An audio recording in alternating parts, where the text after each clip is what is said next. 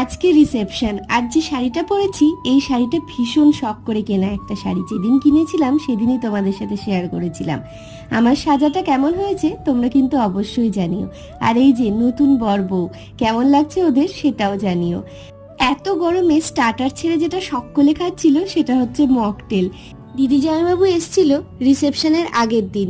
আর এই যে আমাদের স্পেশাল ইনভাইটি। আর হ্যাঁ, এত কিছুর মাঝখানে আমার বরকে তো দেখানোই হয়নি।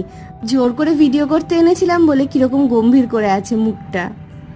বাড়িতে মোটামুটি কে কিরকম সেজেছিল তোমাদের হয়তো দেখানোই হয়ে গেল, পরপর সকলকেই দেখিয়ে ফেলেছি। তাহলে চলো মেনুতে কি কি ছিল দেখিয়ে নিই। মেনুতে ছিল স্যালাড, বেবি নান, ডাল মাখানি, জিরা রাইস, ভেটকি মাছের পাতুরি, মাটন, চিকেন। ডেজার্টে ছিল দুধ চমচম, বাটারস্কচ সন্দেশ, চাটনি, পাঁপড়, পান, আইসক্রিম তো ছিলই, সেটা আর দেখানো হয়নি। সকলে মিলে সব শেষে খেয়ে নিয়েছিলাম।